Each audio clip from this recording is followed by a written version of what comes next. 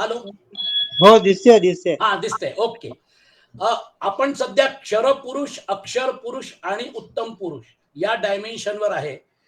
हा जो डायमेन्शन आहे हा समजणं जरा कठीण आहे, कारण हा जो पॉइंट आहे हा जर कळला तुम्हाला तर तुम्हाला हिंदू धर्माचा एक महत्वपूर्ण सिद्धांत कळेल. एक गोष्ट आपल्या त्या डिस्कशन मध्ये लक्षात आली असेल की जे अनित्य आहे ते योगमायेचं डायमेन्शन आहे, आणि अनित्य जे आहेत त्या अनित्याच्या बाबतीत भगवान कृष्णांनी सुंदर तुमच्या समोर, म्हणजे हे इथे उद्धवाला श्रीमद भागवतामध्ये भगवान कृष्ण उपदेश करतात. उद्धव सुंदर प्रश्न विचारतात. हा प्रश्न आपल्यासाठी महत्वपूर्ण है। भगवान, यह जीव देह आदि रूप गुणों में ही रह रहा है, फिर देह से होने वाले कर्मों या सुख दुख आदि रूप फलों में क्यों नहीं बंधता है? अथवा यह आत्मा गुणों से निर्लिप्त है, देह आदि के संपर्क से सर्वथा रहित है, फिर इसे बंधन की प्राप्ति कैसे होती है? जर समजा जर का तो आत्मा मूलतः असंग आहे. भगवान कृष्ण 15व्या अध्यायातच म्हणतात, असंग शस्त्रेण धुडेन चित्वा. हे सगळं एवढं जे बंधनाचं ओझ आहे याला फक्त एकच शस्त्र आहे, असंग शस्त्रेण धुडेन चित्वा. म्हणजे थोडक्यात रोल प्ले कर, पण त्या रोलच्या बाबतीत त्याला त्याला एक म्हणजे वैराग्य या रूपाने कर, कारण ते तुझं खरं स्वरूप नाही. ते तुला फक्त रोल प्ले करायचा आहे. मरेल तर शरीर मरेल, मरेल तर ते तुझं व्यक्ती मरेल, पण समष्टी भाव जो आहे आत्मतत्वाला कुणी मारू शकत नाही. न जायते म्रियते वा कदाचित. आत्मतत्व कसं आहे? अजो नित्य शाश्वतोयम पुराण. म्हणजे मग थोडक्यात काय, आनंद पिक्चर मध्ये मरणार आनंद, राजेश खन्नाला काही होणार नाही, फक्त त्याला रोल प्ले करायचा आहे. त्या शरीराला, जे शरीराचा तुम्ही त्याग केलेला आहे, तुम्ही बघा त्याला अग्नी जाळू शकतो, पण आत्मतत्वाला अग्नी टच नाही करू शकत. म्हणून आपल्याला आपलं मूळ जो आहे, आपला जो बेस आहे, त्याच्या बाबतीत तर उद्धव सुंदर प्रश्न विचारतात. जर मूलतः तो असंग आहे तर मग तो बद्ध कसा झाला? म्हणजे बद्धत्वाचं कारण काय? बद्ध आणि मुक्त, हा हे जे दोन डायमेन्शन आहे ज्याच्यावर आपलं सगळी फिलॉसॉफी किंवा आपलं हे तत्वचिंतन खेळतंय, हा प्रश्न त्याच्या बाबतीत आहे. बद्ध अथवा मुक्त पुरुष कैसा बर्ताव करता है, वह कैसे विहार करता है, या वह किन लक्षणों से पहचाना जाता है, कैसे भोजन करता है, म्हणजे त्याचा व्यवहार कसा असतो? अच्युत, प्रश्न का मर्म जानने वालों में आप श्रेष्ठ हैं, इसलिए आप मेरे इस प्रश्न का उत्तर दीजिए। एक ही आत्मा अनादि गुणों के संसर्ग से नित्य बद्ध भी मालूम पड़ता है और असंग होने के कारण नित्य मुक्त भी। इस बात को लेकर मुझे भ्रम हो रहा है। हिंदू धर्माच्या या अत्यंत महत्वपूर्ण लॉजिकल पॉइंटला आपल्याला उद्धव या प्रश्नाच्या द्वारे घेऊन जातो. आणि याच्या बाबतीत आपल्या धर्मामध्ये, हिंदू धर्मामध्ये राम आणि कृष्णाच्या पलीकडे हिंदू धर्म नाहीये. They are the ultimate authority on Hinduism. बाकी तुम्ही पुस्तकं वाचा, पण कृष्णाने काय सांगितलं, रामाने काय सांगितलं, हे जर कळलं तर तुम्हाला हिंदू धर्म कळेल. त्यामुळे कृष्णाची भक्ती करा, कृष्णाची उपासना करा. तुम्ही रामाचे मंदिर, कृष्णाचे मंदिर बांधा, पण मंदिर बांधणं हा जो भाग आहे, हा परमार्थामध्ये कृष्णाने काय सांगितलं हे कळणं आवश्यक आहे.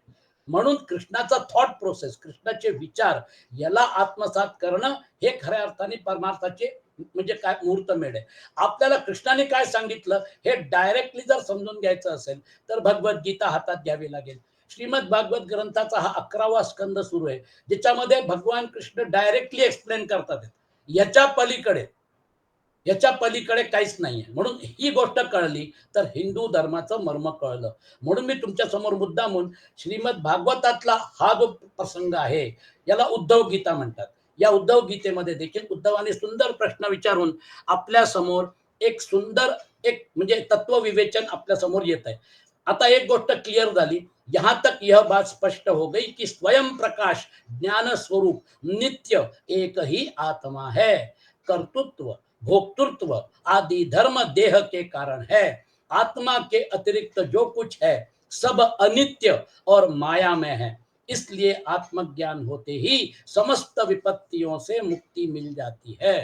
म्हणजे थोडक्यात आपल्याला आत्मज्ञान जे आहे ते झाल्यानंतर मगच आपल्याला मुक्तीची पायरी चढता येईल. आता आत्मज्ञान म्हणजे बद्ध आणि मुक्त फार एक काय म्हणतात थिन लाईन आहे, बाकी अजून काही नाही. आपण कुठे आहोत या बाबतीत भगवान कृष्ण अनालाइज करतात.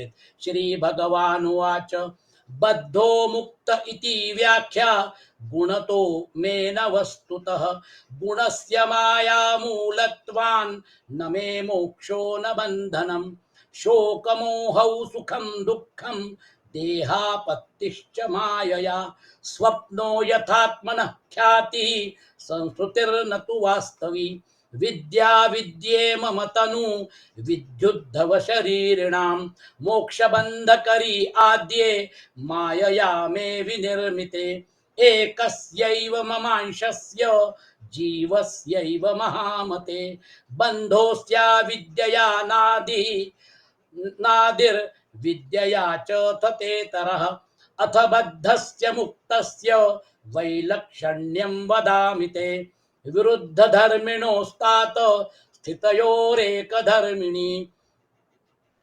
फार सुरेख वर्णन आहे. याला तुम्ही आत्मसात करून घ्या. याला जर 11वा स्कंद श्रीमद भागवत तुमच्याकडे नसेल तर मग आणा. आणि 11व्या स्कंदावर एकनाथ महाराजांनी एकनाथी भागवत लिहिलेलं आहे. माऊलींनी जसं भगवद्गीतेवर भाष्य लिहिलं, अप्रतिम भाष्य लिहिलं, तसंच एकनाथ महाराजांच्या लक्षात आलं की श्रीमद भागवतामध्ये एक महत्वपूर्ण हा जो प्रसंग आहे 11वा स्कंद, त्याच्यावर भाष्य लिहिलं पाहिजे. आणि म्हणून एकनाथी भागवत पण तेवढंच तुल्यबळ आहे. बघा, दोन्ही संत श्रेष्ठ होते, दोन्ही आत्मसाक्षात्कारी होते. एकनाथ महाराजांनी या 11वा स्कंद उचललेला आहे. तुम्ही एकनाथी भागवत वाचायला सुरुवात केली तर मग त्यानंतर तुम्हाला एकनाथ महाराजांनी या पॉइंटचं जे विश्लेषण केलंय ते पण तुम्हाला वाचता येईल. पण सध्या इन सिंपल वर्ड्स आपल्याला काय कळलं पाहिजे याच्यातून, तर बघा भगवान कृष्ण काय म्हणतात, प्यारे उद्धव, आत्मा बद्ध है या मुक्त है, इस प्रकार की व्याख्या या व्यवहार मेरे अधीन रहने वाले सत्वादि गुणों की उपाधि से ही होती है, वस्तुतः तत्व दृष्टि से नहीं. सभी गुण माया मूलक है, इंद्रजाल है, जादू के खेल के समान है. इसलिए न मेरा मोक्ष है न तो मेरा बंधन ही है. न मे मोक्षो न बंधनम गुणस्य माया मूलत्वान न मे मोक्षो न बंधनम. मला मोक्ष आणि बंधन नाहीये. सूर्याला दिवस रात्र आहे का? नाहीये. पृथ्वीवर दिवस रात्र आहे. पृथ्वीवर राहणाऱ्या लोकांना दिवस आणि रात्रीचा अनुभव होतो, पण सूर्य तर नित्य प्रकाश आहे. म्हणून सूर्यासारखं त्या आत्मतत्वाचं भगवान कृष्ण म्हणतात की मी त्या मायेच्या पलीकडे आहे. ती योगमाया जी आहे, गुणमय डायमेन्शन जी आहे, त्रिगुणात्मिका माया जी आहे, त्या डायमेन्शनच्या पलीकडे माझं अस्तित्व आहे. मग त्याच्यामध्ये भगवान कृष्ण भगवद्गीतेमध्ये हिंट देतात, त्याला ते सनातन अव्यक्त म्हणतात. अव्यक्त आणि सनातन अव्यक्त हा सगळा खेळ अव्यक्तापर्यंतच चालतो, पण त्याच्या पलीकडे एक सनातन अव्यक्त आहे. त्या सनातन अव्यक्ताकडे गेल्यानंतर यद्गत्वा न निवर्तन्ते तद्धाम परम मम, बियॉन्ड म्हणजे तुम्ही गुणातीत झाल्यानंतर मग हा सगळा डायमेन्शन संपला. तसंच इथे उत्तम पुरुष जो आहे तो त्या सनातन अव्यक्तासारखा आहे. उत्तम पुरुष आणि सनातन अव्यक्त ते जे डायमेन्शन आहे, क्षर आणि अक्षराच्या पलीकडचं डायमेन्शन, त्याला उत्तम पुरुष 15व्या अध्यायात म्हणतात. 8व्या अध्यायात त्याला सनातन अव्यक्त म्हटलंय. तर भगवान कृष्णाने इथे जी हिंट दिलेली आहे, आय एम बियॉन्ड योग माया गुणस्य माया मूलत्वान नमे मोक्षो न बंधनम. नित्य वस्तू मीच आहे. या नित्य वस्तूच्या पलीकडे माझं योग माया, तर मी नित्य वस्तू आणि माझी योग माया याच्या पलीकडे बाकी सगळं जे आहे हे सगळं झूट आहे. माझं अस्तित्व जे आहे त्या अस्तित्वाला अविनाशी तु तद्विद्धि येन सर्वं विदम ततम विनाशम अव्ययस्यास्य न कश्चित कर्तुम अर्हति. दुसऱ्या अध्यायात भगवद्गीतेमध्ये भगवान कृष्ण म्हणतात, नासतो विद्यते भावो नाभावो विद्यते सतः उभयोरपि दृष्टोंत त्वनयो तत्वदर्शी भी. तत्वदर्शी जो असतो त्याला हे माहिती असतं की असतची सत्ताच नाहीये आणि सत जे आहे त्याचा अभाव नाहीये, त्याचा कायम भाव आहे. समुद्रामध्ये लाटा उसळतात, त्या लाटांचं वेगळं अस्तित्व जे आहे ते भासमान आहे. त्याचा बेस समुद्र आहे. लाटांमधलं पाणी समुद्राचंच पाणी आहे. त्या लाटांचं अस्तित्व, लाटा उठतात शमतात, उठतात शमतात, हा संसार आहे. आपलं शरीर सापेक्ष अस्तित्व जे ती एक लाट आहे. त्याच्यामध्ये मूळ तत्व, मेन एलिमेंट काय? आत्मतत्व. त्या आत्मतत्वाचा शरीराशी संपर्क सुटला की मग त्या शरीराचं तुम्ही काय करता? आपल्याला भेडसावणारं दृश्य आहे ते. अक्षरशः भीती वाटते, की असंच माझ्या शरीराला देखील अग्नीला समर्पित करतील. येस, तुम्ही कोणतं मोठं एक्सेप्शन आहात. जसं सगळ्यांना ॲप्लिकेबल आहे. जर ख्रिश्चन धर्माचा अनुयायी असेल तर त्याला जमिनीत पुरतील. मुसलमान धर्माचा असेल तर जमिनीत पुरतील. हिंदू धर्माचा असेल तर अग्नीला समर्पित करतील. त्या शरीराच्या बाबतीत आणि बाकी त्यांनी जोडलेल्या सगळ्या गोष्टीच्या बाबतीत ज्या अनित्य होत्या, तुम्हाला 100 वर्ष आयुष्य दिलेलं आहे, तरी पण तुम्ही त्यातून बाहेर नाहीत पडला. आदि शंकराचार्य म्हणतात, अंगम गलितम पलितम मुंडम दशन विहीनम जातम तुंडम वृद्धो याति गृहीत्वा दंडम तदपि न मुंचती आशा पिंडम. ती आशा जी आहे, ती आशा किती वर्ष चालू राहील? वृद्धो याति गृहीत्वा दंडम. दिसत नाही, कानाने ऐकू येत नाही, दात गेलेत, हा काय म्हणतात ना, टक्कल पडलेलं आहे, काठी घेऊन चालतोय, तरी पण तदपि न मुंचती आशा पिंडम. किती तुम्हाला व्यवस्थित सांगतात एक चरपट पंजरिका स्तोत्रात, पुनरपि जननम पुनरपि मरणम पुनरपि जननी जठरे शयनम इह संसारे खलु दुस्तारे कृपया पारे पाहि मुरारे. किती जन्म घेशील, किती वेळा मरशील, किती वेळा हेच चालू राहील. थोडक्यात ह्याच्या बाबतीत भगवान कृष्णाने सांगितलंय, हे किती वेळा केलं, जन्मोजन्म करत राहिलात तरी तुम्हाला जर समजा का मुक्ती हवी असेल तर हा पॉइंट लक्षात ठेवा. माया मूलक है, इंद्रजाल है, जादू के खेल के समान है, इसलिए न मेरा मोक्ष है न तो मेरा बंधन ही है. जैसे स्वप्न बुद्धी का विवर्त है. सुंदर उदाहरण दिलंय स्वप्न. स्वप्नामध्ये तुम्हाला एक स्वाप्निक शरीर दिलं जातं. ते स्वाप्निक शरीर जोपर्यंत स्वप्न असतं तोपर्यंत खरं वाटतं. आणि स्वप्न जर भेडसावणारं असेल, वाईट असेल, तर आपण स्वप्नात बरळतो, काहीतरी बोलतो, घाबरतो आणि मग त्यानंतर शेजारी जो आहे तो म्हणतो, अरे झालं काय तुला, कशाला एवढा घाबरलेला आहे? नाही नाही, तो साप मला दिसला तरी माझ्या तरी फणा उगारला. तर काहीच कुठे साप आहे, काहीच नाही आहे ना. सांगायचं तात्पर्य ते स्वप्न जे आहे तसं, जैसे स्वप्न बुद्धि का विवर्त है, उसमें बिना हुए ही भासता है, मिथ्या है, वैसे ही महत्वाचा पॉइंट नोट करा, शोक मोह सुख दुख शरीर की उत्पत्ति और मृत्यु यह सब संसार का बखेड़ा माया अविद्या के कारण प्रतीत होने पर भी वास्तविक नहीं है. सगळं कव्हर केलंय, जन्मापासून मृत्यूपर्यंतचा कंप्लीट प्रवास. शोक मोह सुख दुख शरीर की उत्पत्ति और मृत्यु यह सब अविद्या है. उद्धव, शरीरधारियों को मुक्ति का अनुभव कराने वाली आत्मविद्या और बंधन का अनुभव कराने वाली अविद्या, ये दोनों ही मेरी अनादि शक्तियां हैं. बरेचदा पॉइंट काय होतो माहिती का, म्हणून मी हा इथे मुद्दा म्हणून मांडला. आपल्याला असं वाटतं की एकच माया आहे, ती माया जी आहे ती आपल्या बंधनाला कारण आहे. ऍक्च्युली त्या मायेच्या डायमेन्शनचे दोन भाग आहेत, एक अविद्या माया आणि एक विद्या माया. पॉइंट लक्षात ठेवा, अविद्या माया आणि विद्या माया. सध्या तुम्ही पृथ्वीवरच आहात, दिवस आणि रात्र याचा अनुभव तुम्ही घेताय. थोडक्यात रात्र जी आहे, रात्रीचा काळोख जो आहे ती अविद्या माया आहे आणि दिवसाचा जो एक प्रकाश आहे, लख प्रकाश, तो विद्या माया आहे. रात्रीपासून दिवसापर्यंत आला, तमसोमा ज्योतिर्गमय आहे ना. पण अविद्या माया सुटली, पण विद्या माया अजून जर समजा जर का असेल तरी पण सनातन अव्यक्ताचं जे डायमेन्शन आहे तिथपर्यंत नाही गेलाय. त्याला माऊली अक्षर पुरुष म्हणतात. क्षर पुरुष जो आहे तो अविद्या मायेत आहे आणि अक्षर पुरुष जो आहे तो विद्या मायेच्या पॉइंटला पोहोचलेला आहे.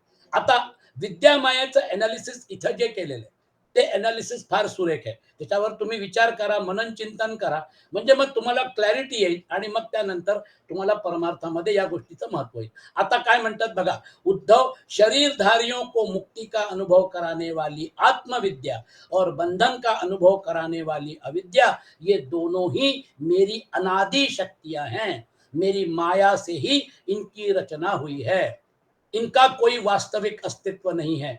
भाई तुम तो स्वयं बड़े बुद्धिमान हो, विचार करो, जीव तो एक ही है, वह व्यवहार के लिए ही मेरे अंश के रूप में कल्पित हुआ है, वस्तुतः मेरा स्वरूप ही है. बायर्स अँड सेलर्स, आपल्या जर समजा का व्यवहारामध्ये बघितलात तर बायर्स आणि सेलर्स, जर समजा जर का मी मॅन्युफॅक्चरर आहे तर मी रॉ मटेरियल कोणातरी कोणाकडनं घेतो, मग त्याला प्रोसेस करतो आणि मग फायनल प्रोडक्ट विकतो. असं जर तुम्ही चेन बघितली तर शेतकरी जो आहे तो शेतकरी काय करतो, अन्न पिकवतो. ते अन्न जे आहे ते अन्न बाजारात विकतो. त्या अन्नाला घेणारे लोक आहेत, म्हणजे विकणारा पण आहे, खरेदी करणारा पण आहे. कपडा मॅन्युफॅक्चरिंग विकणारा आहे. घेणं विकणं व्यवहारामध्ये द्वैत पाहिजे ना. म्हणून ते जे डिनॉमिनेशन आहे, कॉइन मधलं डिनॉमिनेशनचा जो भाग आहे तो त्या व्यवहारामध्ये गुंतलेला दिसतो. आणि त्याच्या मागे जे राजमुद्रा आहे ती त्याच्या बरोबर असल्यामुळे ते असं वाटतं की त्याच्या बरोबर की राजमुद्रा पण फिरते. ऍक्च्युली राजमुद्रा काय आहे? राजमुद्रा जी आहे ते अस्तित्व, अहम, ब्रह्म अस्मी हे अस्तित्व दर्शवते. ती राजमुद्रा इज द साइन की याला आरबीआय ची परमिशन आहे. हे कॉइन जे आहे हे जेन्युइन आहे आणि म्हणून त्याला एक मान्यता आहे. हा जर भाग क्लिअर असेल तर ती राजमुद्रा फिरू दे ना त्या कॉइन बरोबर. फरक काय पडतोय? राजमुद्रेमध्ये काही फरक पडला का? राजमुद्रेच्या अस्तित्वामध्ये काही फरक पडला का?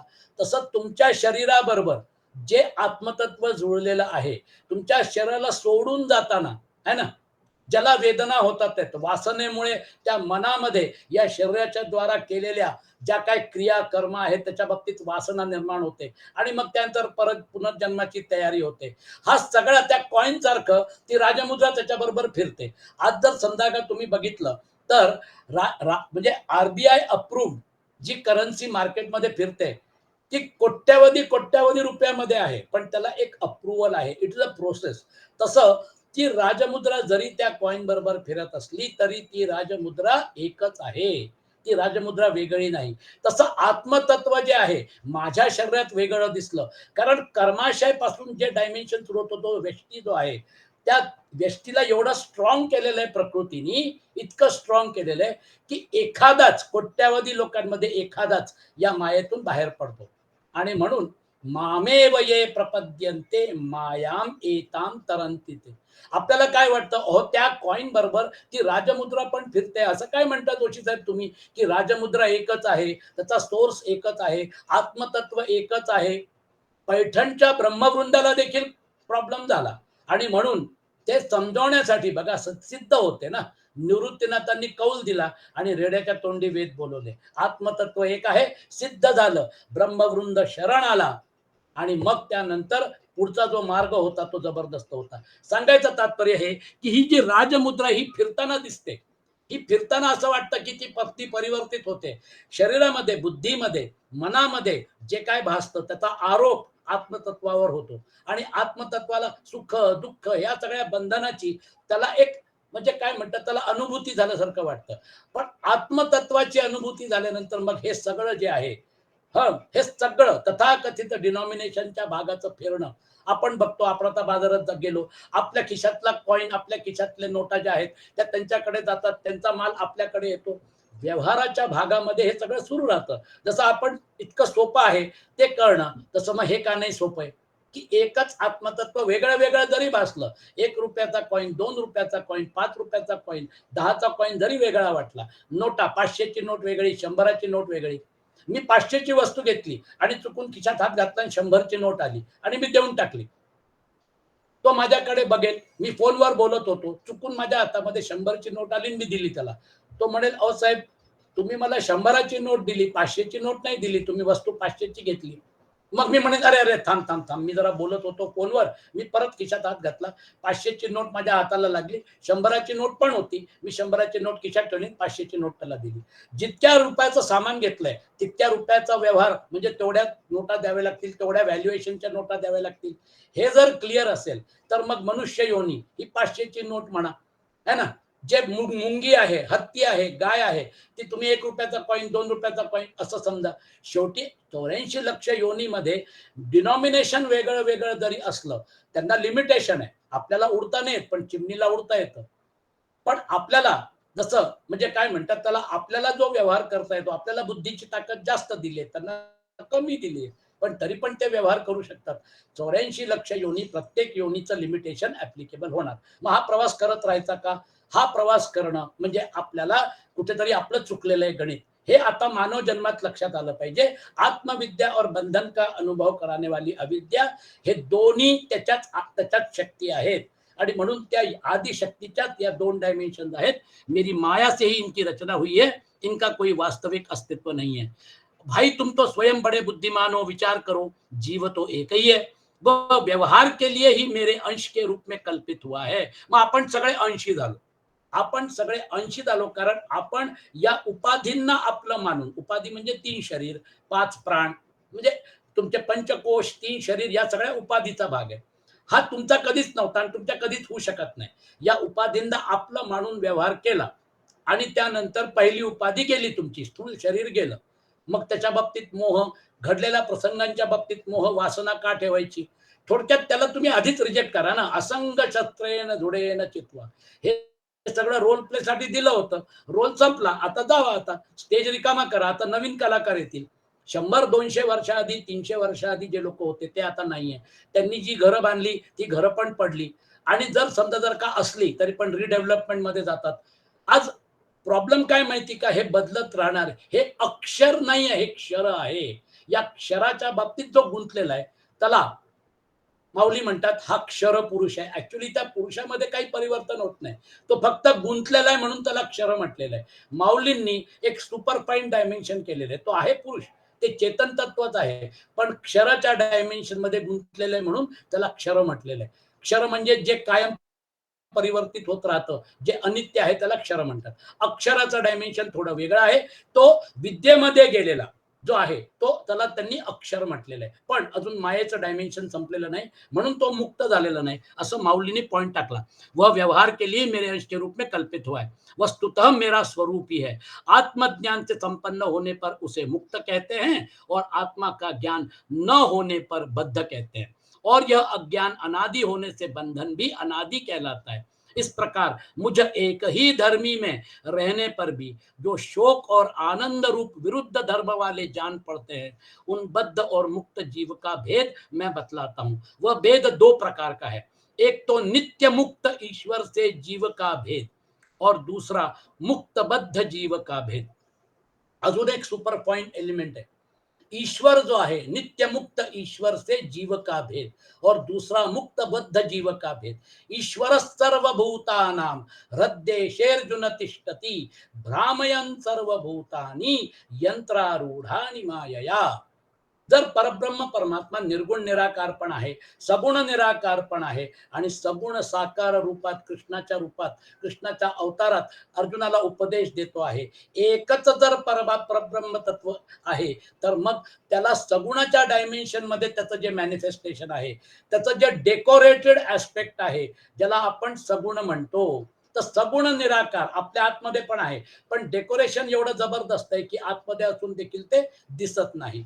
थोडक्यात तो जो सगुण निराकाराचा जो भाग आहे, त्या भागाचा जो कंट्रोल आहे तो ईश्वर आहे. तो ईश्वर सर्वभूतानां, म्हणजे ती जी मूळ माया आहे, त्या मूळ मायेचा जो एंट्री पॉइंट म्हणा, म्हणजे या बाजूचा, त्याच्या पलीकडे जे आहे ते जे निर्गुण निराकार, सगुण निराकार, म्हणजे ते जे डायमेन्शन आहे परब्रह्म परमात्म्याचं, ते अनटच्ड आहे. ते जे आहे त्याच्यामध्ये काहीही परिवर्तन झालेलं नाही. तो उत्तम पुरुष आहे, ते सनातन अव्यक्त आहे. म्हणजे थोडक्यात तो जो टच पॉइंट आहे, जो गुणमय मायेच्या डायमेन्शन मध्ये राहून सगळं कंट्रोल करतोय, तो ईश्वर आहे. आता या ईश्वराच्या बाबतीत जसं भगवद्गीतेमध्ये ईश्वर सर्वभूतानां हृद्देशेर्जुन तिष्ठति, अल्टिमेटली आपल्या सगळ्या कारण शरीरांचा कंट्रोल ईश्वराच्या ताब्यात आहे. ईश्वराने फक्त एक अहंकाराचा डायमेन्शन टाकून मला असं भासवतो की मी करतोय, तुम्हाला असं भासवतं की तुम्ही करताय. ऍक्च्युअली सगळ्यांचा नियंता करता करविता तो तिथे बसलेला आहे. अहंकारामुळे आपण सगळे वेगळे वेगळे आहोत, वेगळे वेगळे करतो आहे, त्या कर्माचं फळ मला मिळालं पाहिजे, हा एक भ्रम. भ्रामयन् सर्वभूतानि यंत्रारूढानि मायया. मग ते 84 लक्ष योनींचा रोलर कोस्टर राईड सुरू होतो. कशाला 20 जन्मानंतर त्या फळाची अपेक्षा करायची? 50 जन्मापर्यंत जन्म घेत राहायचे.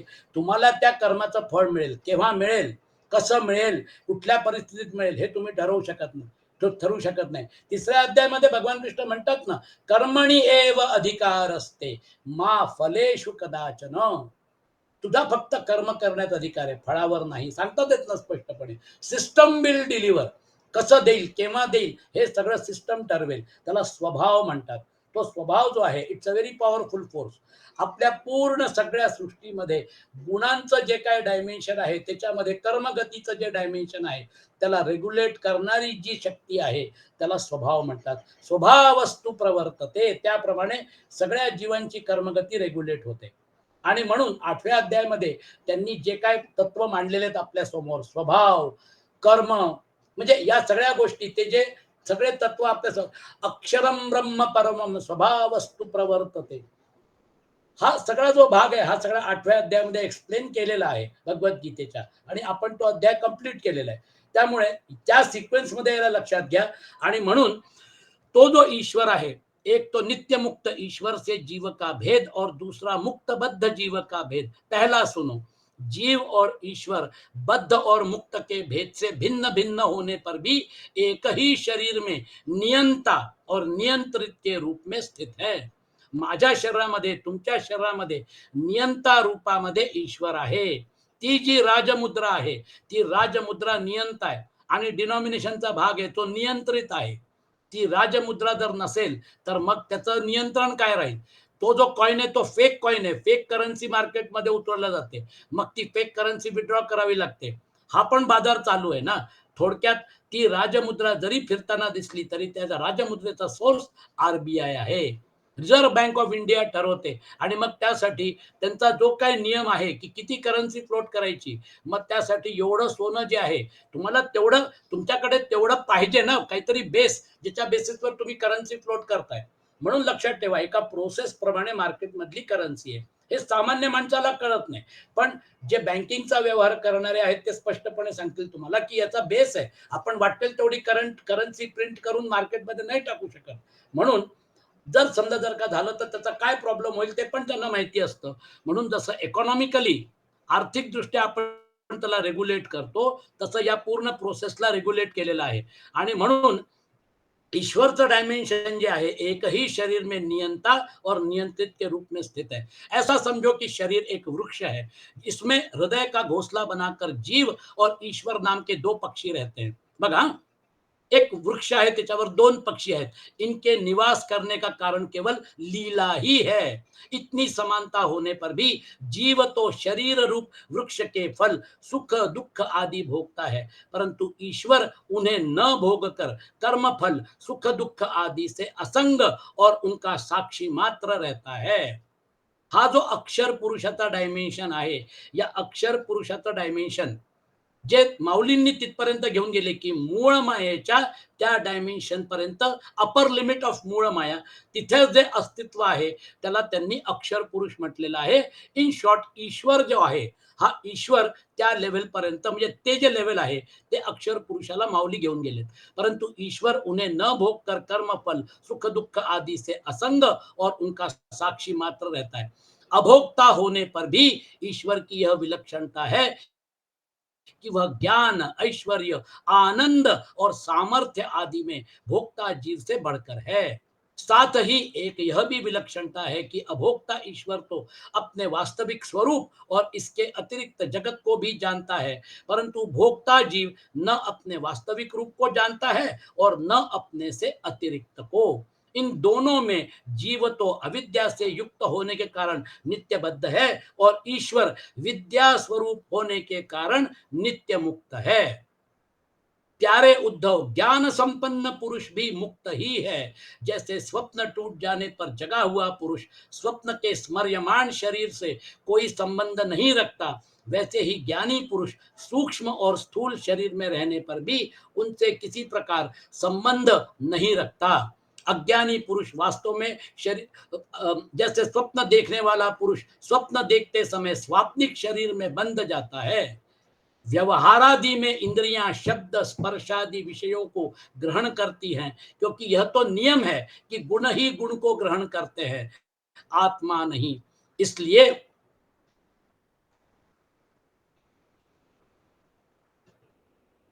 आत्मा नहीं, इसलिए जिसने अपने निर्विकार आत्म स्वरूप को समझ लिया है, वह उन विषयों के ग्रहण त्याग में किसी प्रकार अभिमान नहीं करता. वह शरीर, यह शरीर प्रारब्ध के अधीन है. इससे शारीरिक और मानसिक जितने भी कर्म होते हैं सब गुणों की प्रेरणा से ही होते हैं. अज्ञानी पुरुष झूठ मूठ अपने को उन ग्रहण त्याग आदि कर्मों का कर्ता मान बैठता है और इसी अभिमान के कारण वह बंध जाता है। थोडक्यात नित्य नित्य मुक्त आणि नित्यबद्ध, नित्यबद्ध कळलं ते अक्षरात ते क्षराचं डायमेन्शन आहे. नित्यमुक्त जो आहे ते जे डायमेन्शन आहे ते अक्षराचं आहे, पण तो अजून नित्यमुक्त नाही आहे, तो आता फक्त मुक्त झालेला आहे. थोडक्यात या मायग्रेशन प्रोसेसमध्ये आधी तुम्ही मुक्त जे आहे म्हणजे आता तुम्ही असंग झाल्यानंतर मग जेव्हा तो त्या लेवलपर्यंत जातो ईश्वराच्या डायमेन्शन पर्यंत, मग त्यानंतर क्षर पुरुष आणि अक्षर पुरुष. आता अक्षर पुरुष त्या पॉइंटला पोहोचलेला आहे की तिथून जर समजा जर का उत्तम पुरुषाच्या डायमेन्शन मध्ये गेला तर मग त्यानंतर पुनर्जन्म नाही. म्हणून 3 गोष्टी लक्षात ठेवा. उत्तम पुरुष तुमच्या लक्षात आला असेल या अनालिसिस मध्ये. तो जो आहे गुणस्य माया मूलत्वान नमे मोक्षो न बंधनम, तो उत्तम पुरुष आहे, तो याच्या पलीकडे आहे. ईश्वरचा जो डायमेन्शन आहे तो त्या मायेच्या योगमायेच्या त्या मूळ मायेच्या डायमेन्शन पासून ओरिजिन सुरू होतं आणि मग त्यानंतर पुढचं सगळं जे आहे ते सगळं तुम्हाला आता कल्पना आलेली आहे. आणि क्षर पुरुषाचं डायमेन्शन आपल्या या सगळ्या व्यवहाराचं डायमेन्शन, 84 लक्ष योनींचं डायमेन्शन, हे सगळं याच्यात आलं. हा जर पॉइंट लक्षात आला असेल तर आपण मूळ मुद्द्याकडे वळूया. कारण आता माऊली आता उत्तम पुरुषाला एक्सप्लेन करतात आहेत. आपलं क्षर पुरुष आणि अक्षर पुरुष झालं होतं आणि ते जे आहे आता उत्तम पुरुष. उत्तम पुरुषस्त्वन्य परमात्मेत्युदारत यो लोकत्रयमाविश्य बिभर्तव्यय ईश्वर. परंतु या दोन्हीपेक्षा उत्तम पुरुष तर वेगळाच आहे, जो तिन्ही लोकात प्रवेश करून सर्वांचे धारण पोषण करतो. याप्रमाणेच तो अविनाशी परमेश्वर आणि परमात्मा असा म्हटला जातो. तुमच्यापैकी काही लोक आजच जॉईन झाले, त्यामुळे अक्षराचं डायमेन्शन जे आहे हे थोडं एक म्हणजे काय म्हणतात टच करतो आणि मग त्यानंतर आपण पुढे जाऊया. अक्षराचं डायमेन्शन तुमच्या लक्षात आणून देतो.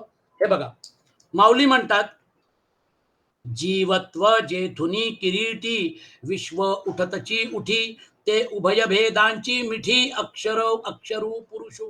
अर्जुना, ज्या अव्यक्तापासून जीवत्व ही कल्पना विश्व या कल्पनेस उत्पन्न करीत उत्पन्न होते व या दोन्ही कल्पनांचा जेथे लय होतो तो अक्षर पुरुष समजावा. ये रुक्षर पुरुषू का जनी जी खेळे जागृती स्वप्नी तिया अवस्था जो दोन्ही विया लागा. दुसरा जो क्षर पुरुष आहे तो जगात जागृती व स्वप्न या 2 अवस्थांनी खेळतो. त्या 2 अवस्था जो अक्षर पुरुष प्रसवला पै अज्ञान घन सुषुप्ती ऐसेसी जे का ख्याती या उणी एकी प्राप्ती ब्रह्माची जे.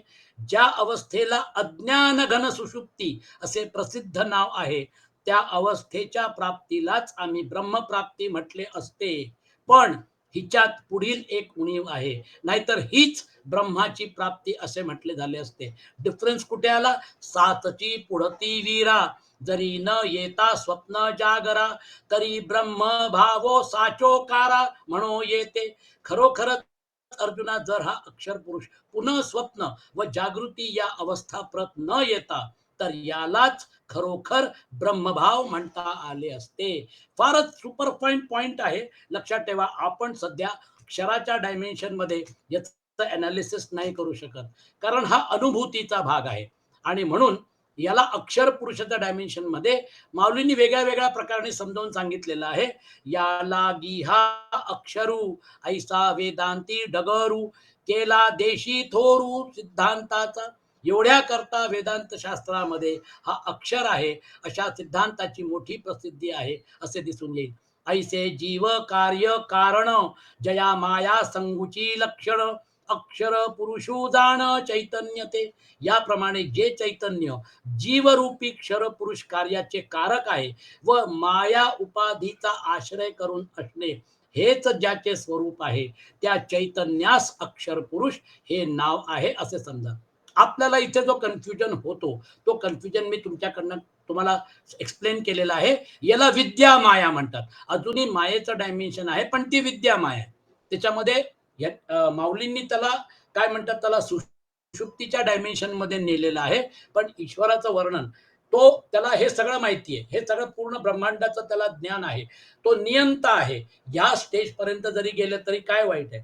अक्षर पुरुषाचं डायमेन्शन माऊली म्हणतात फक्त एकच थोडी मिस्टेक राहिली, अजून मायेचं डायमेन्शन क्रॉस झालं नाही.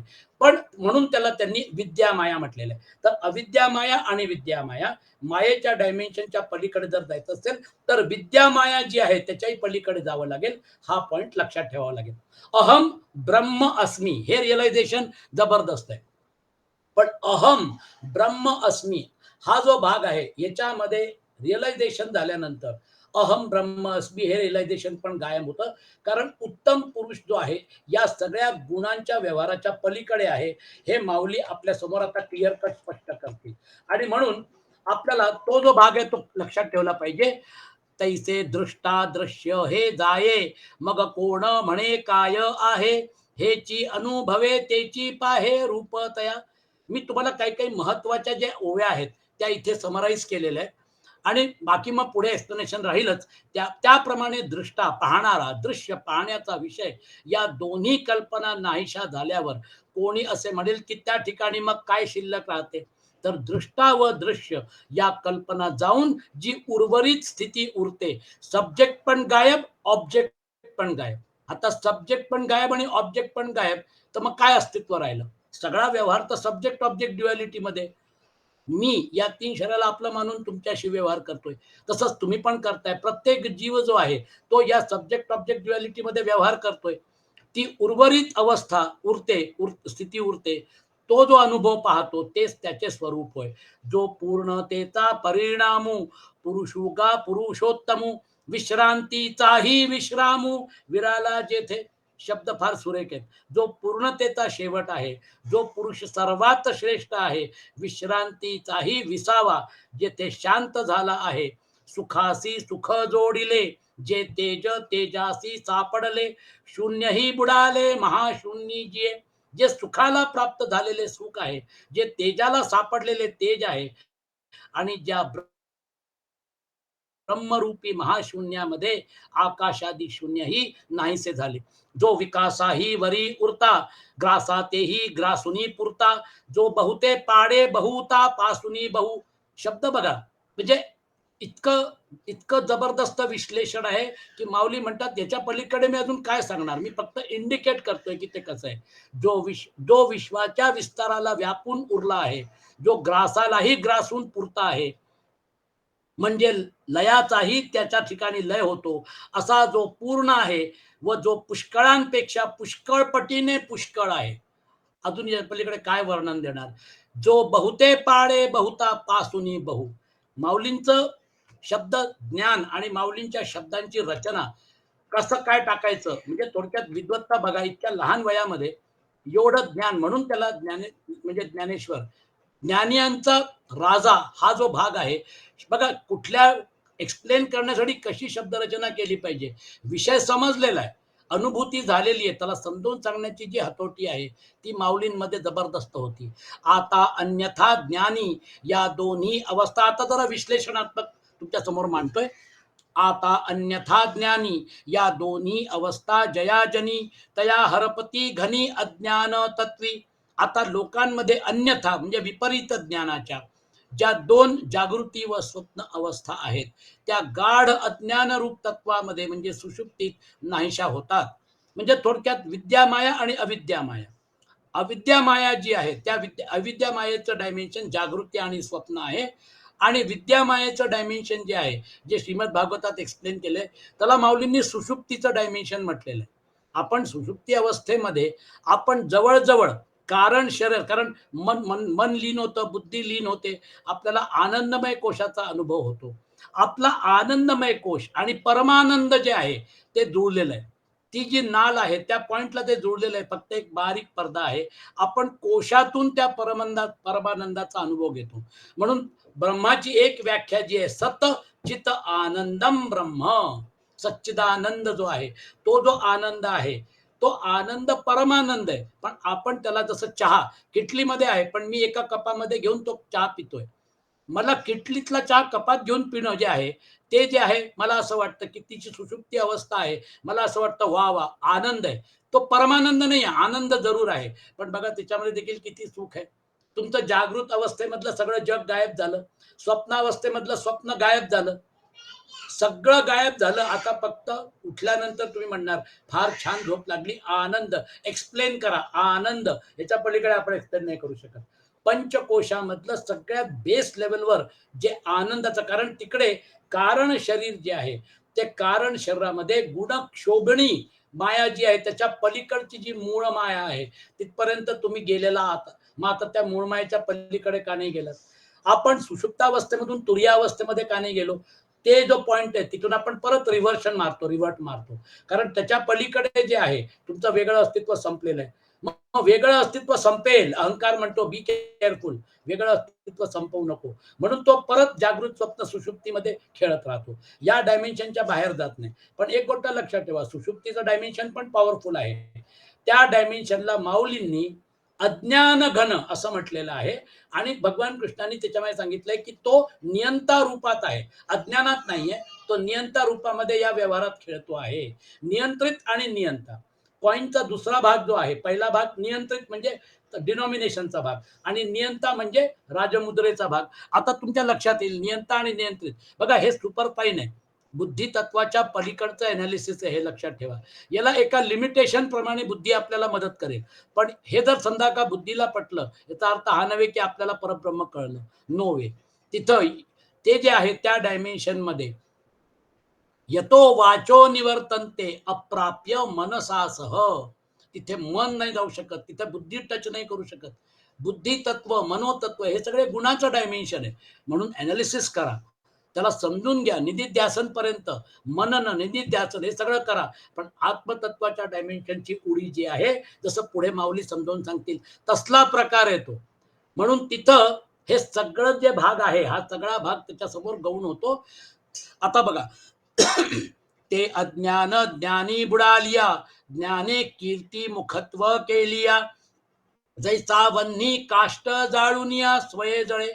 ते अज्ञान ज्ञानात बुडून नाहीसे झाल्यावर, म्हणजे आता अविद्या माया विद्येमायेमध्ये कन्वर्ट झाल्यावर त्या ज्ञानाने मी ब्रह्म आहे हा वृत्ती ज्ञानाने कीर्तिमुखत्व केल्यावर, कीर्तिमुखत्व म्हणजे ते ज्ञान नाहीसे झाल्यावर, ज्याप्रमाणे लाकडास लागलेला अग्नी लाकूड जाळून शेवटी आपणही नाहीसा होतो.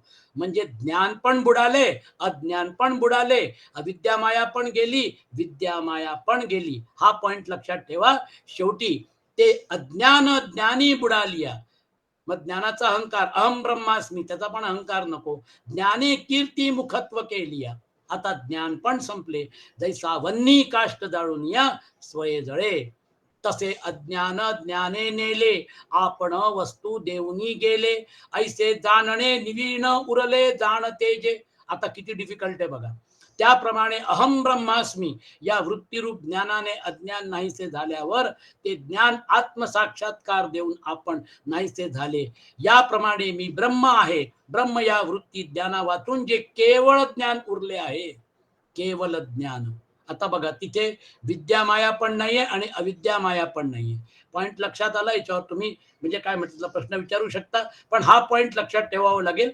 हा सुपर पॉइंट इथे माऊलींनी त्याचं डिस्टिंक्शन केलेलं आहे. आपल्याला काय वाटतं, आता मायेच्या पलीकडे आपण गेलो नाही, आपण आपलं अज्ञान गेलं, आणि ज्ञान जे आहे ते पण जोपर्यंत जात नाही, म्हणजे ज्ञान आणि अज्ञान या दोघांचं डायमेन्शन जे आहे, विद्या माया अविद्या माया, या देखील त्या मूळ मायेच्या डायमेन्शन मध्ये खेळतात.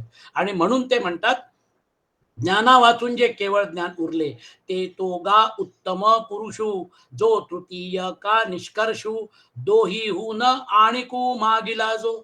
अर्जुना, असे वृत्ती ज्ञाना वाचून जे केवल ज्ञान राहिले ते केवल ज्ञान तो उत्तम पुरुष होय, जो मागील दोहोहून क्षर व अक्षर पुरुषाहून वेगळा तिसरा व शेवटचा आहे. त्याला केवल ज्ञान माऊलींनी शब्द वापरलेला आहे. लक्षात ठेवा, it is very difficult to explain. कारण केवल ज्ञान जे आहे ते अस्तित्व, अहम, अहम तो जो भाग आहे, आपल्यामध्ये जी बेस फ्रिक्वेन्सी आहे, बेस फ्रिक्वेन्सी जी आहे ती बेस फ्रिक्वेन्सी या विश्वाला व्यापून जी उरलेली आहे, अविनाशी तू तद्विधी येन सर्वम इदम ततम, या ब्रह्मांडात देखील खेळते आणि ब्रह्मांडाच्या पलीकडे देखील आहे, असं जे निर्गुण निराकार तत्व आहे, जे अविनाशी तत्व आहे, त्याला कुणीच संपवू शकत नाही. सर्वं जगदिदं त्वत्तो जायते, सर्वं जगदिदं त्वत्ततिष्ठति, सर्वं जगदिदं त्वयिलयमेष्यति. गणक ऋषींनी तो जो महागणपती समजावून सांगितलाय त्याला त्यांनी त्या लेवल पर्यंत घेऊन गेलेले. या जगाची उत्पत्ती तुझ्यापासून होते, याच्यावरच ते खेळते, त्याच्यावरच ते विलय होतंय. मग आता तुझ्या तुझ्या पलीकडे काहीच नाहीये. आणि म्हणून तो खरा महागणपती समजावून सांगितल्यानंतर मग गणक ऋषी म्हणतात, एकदंताय विद्महे वक्रतुंडाय धीमहि तन्नो दंती प्रचोदयात. आता मला तो गणपती कळला. आणि मग आपण एक सुंदर अशी मूर्ती, गोजरवाणी मूर्ती बाजारातून घेऊन येतो, त्याची स्थापना करतो, मग त्याची आरती करतो, त्याची पूजा करतो. मग एकदंतम चतुर्हस्तम पाशमंकुशधारिणम. गणक ऋषींनी गणपती शीर्षामध्ये त्याला निर्गुण निराकारापर्यंत घेऊन गेले. त्या गणपतीला सगळं त्याचं स्वरूप आहे हे दाखवून दिलं. आणि मग जी समोर गोंडस मूर्ती आणलेली आहे, एकदंतम चतुर्हस्तम, त्यांनी रिलेट केलेलं आहे. खऱ्या अर्थाने जेव्हा आपण गणपती अथर्व शीर्ष म्हणतो, जेव्हा त्याच्या अर्थाच्या बाबतीत एकरूपता येते, तेव्हा मग तो महागणपती कळतो. ते मंत्र आहेत, ते सिद्ध करायचे असतात. गणपती अथर्व शीर्ष आजकाल लोक काय करतात, गणपती बसवतात, कॅसेट लावून ठेवतात, त्यांना गणपती अथर्व शीर्ष पण म्हणता येत नाही. मग असे जर समजा जर का तुम्ही गणपती बसवणार असाल, 50,000 रुपये खर्च करणार असाल, तर त्याला काय महत्व आहे? तुम्हाला खरा गणपती दाखवून दिला, तो जो महागणपती आहे. शेवटी परब्रह्म परमात्मा एकच आहे. त्याला तुम्ही कुठल्याही प्रकाराने त्याचं तुम्ही काय म्हणतात त्याला हे करू शकता. भक्तिभाव जो आहे हा करता करता लक्षात येतं. गणपतीच्या मार्गाने गेला तरी तिथं, मारुतीच्या मार्गाने गेला तरी तिथे, शंकराच्या मार्गाने गेला तरी तिथेच. शेवटी सगळं कन्व्हर्जन पॉइंट परब्रह्म परमात्मा आणि त्याची योगमाया, याच्या पलीकडे काहीच नाहीये. त्या कन्व्हर्जन पॉइंटला जाणं हे महत्वाचं आहे. आणि म्हणून तिसरा व शेवटचा आहे, दोहीहून आणिकू मागिला जो, सुषुप्ती आणि स्वप्ना पासुनी बहुवे अर्जुना, जागणे जैसे आना बोधाचेची. अर्जुना, सुषुप्ती आणि स्वप्नाहून जागृती जशी पुष्कळ पटीने वेगळ्या बोधाचीच असते. का रश्मी हन मृगजळा पासुनी अर्क मंडळा, अफाटू तेवी वेगळा उत्तमुगा. वेगळे वेगळे उदाहरण देऊन माऊलींनी आपल्याला तोच पॉइंट समजून सांगितलाय की उत्तम पुरुष कसा समजून घ्यायचा.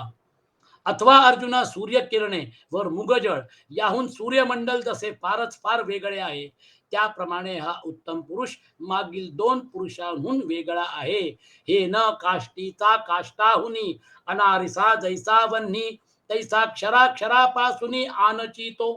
हे उदाहरण राहू द्या. लाकडातील सामान्य रूपाचा स्वरूपाचा अग्नी जसा लाकडात असून लाकडाहून भिन्न असतो, तसा तो उत्तम पुरुष क्षर व अक्षर पुरुष यांच्यात असून सुद्धा क्षराक्षर पुरुषाहून भिन्न आहे. सनातन अव्यक्त, सगळा खेळ अव्यक्तामध्ये चालू आहे. सनातन अव्यक्त जे आहे, इट इज बियॉन्ड दॅट. आणि तिथं गेल्यानंतर यद गत्वा न निवर्तन्ते तद्धाम परमम मम, त्या पॉइंटला गेल्यानंतर मग जन्म जीवन मृत्यू, म्हणजे थोडक्यात इथे म्हणजे तिथे मुक्ती पण नाही आणि बद्ध पण नाही आहे. त्या डायमेन्शनला इट इज बियॉन्ड मुक्ती आणि तुमचं काय म्हणतात बद्धता. म्हणून बद्धो मुक्त इति व्याख्या. हा पॉइंट लक्षात ठेवा, जरा कठीण पॉइंट आहे. कारण आपल्याला काय वाटतं, आपण मुक्त झालो आहे ना, आणि आपण बद्ध आहोत. बद्ध आणि मुक्त हे सगळं जे आहे, जसं दिवस आणि रात्र ही कल्पना पृथ्वीवर आहे, सूर्यावर नाही आहे. तसलं उत्तम पुरुषाचं डायमेन्शन सूर्याचा पॉइंट आहे. तिथे काही दिवस रात्र नाही आहे. पृथ्वी जी आहे ती सूर्याभोवती प्रदक्षिणा करते, स्वतःभोवती प्रदक्षिणा करते. म्हणून हा सगळा जो भास आहे हा पृथ्वीवर आहे. आणि जसं एक्सप्लेन करायचा प्रयत्न आपण हे उदाहरण घेऊन देतोय, तसं ते उत्तम पुरुषाचं डायमेन्शन जे आहे तिथे, म्हणजे मग थोडक्यात बद्ध आणि मुक्त, अगदी फायनल एनालिसिस मध्ये बद्ध आणि मुक्त, कोण बद्ध झाला, कोण मुक्त झाला, काय चाललेलं आहे, असं जर समजा कोणी, म्हणजे बघा, त्या पॉइंटला गेलेली व्यक्ती जेव्हा तुम्हाला प्रश्न विचारेल तेव्हा गोंधळून जाण्याची शक्यता आहे. तो तुम्हाला तुमचं ज्ञान कुठपर्यंत गेलेलं आहे हे टेस्ट करण्यासाठी.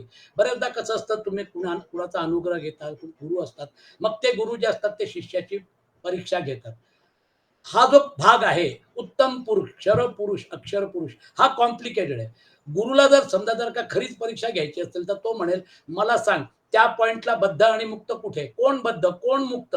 मग आपण कन्फ्यूज होणार, अरे बापरे, मी तर एवढं वाचन केलं पण मला तो पॉइंट लक्षात नाही आला. तो जो पॉइंट आहे, नमे मोक्षो न बंधनम, उत्तम पुरुषाचा पॉइंट आहे.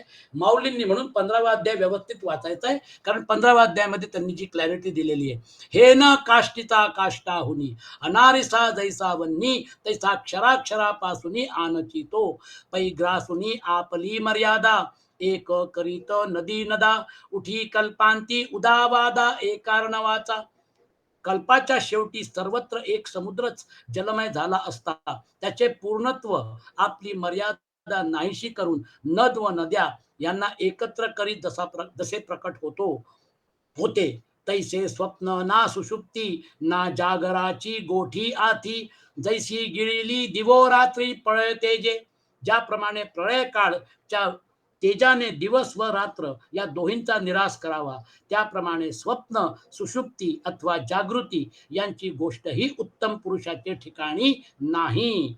मला फक्त एक 5 मिनिटं द्या मॅक्सिमम. आपण हा उत्तम पुरुषाचा जो भाग आहे हा आज कंप्लीट करू. मग एकपण ना दुजे असे नाही जे नेणी जे, अनुभव निर्बुजे बुडाला जेथे. मग ज्या ठिकाणी एकपण नाही व त्याच्या सापेक्ष असलेले द्वैतही नाही व आहे अथवा नाही हे जेथे कळत नाही व जेथे अनुभव दिपून नाहीसा झाला, ऐसे आथी जे काही ते तो उत्तम पुरुषू पाही, जे परमात्मा इही बोलिजे नामी.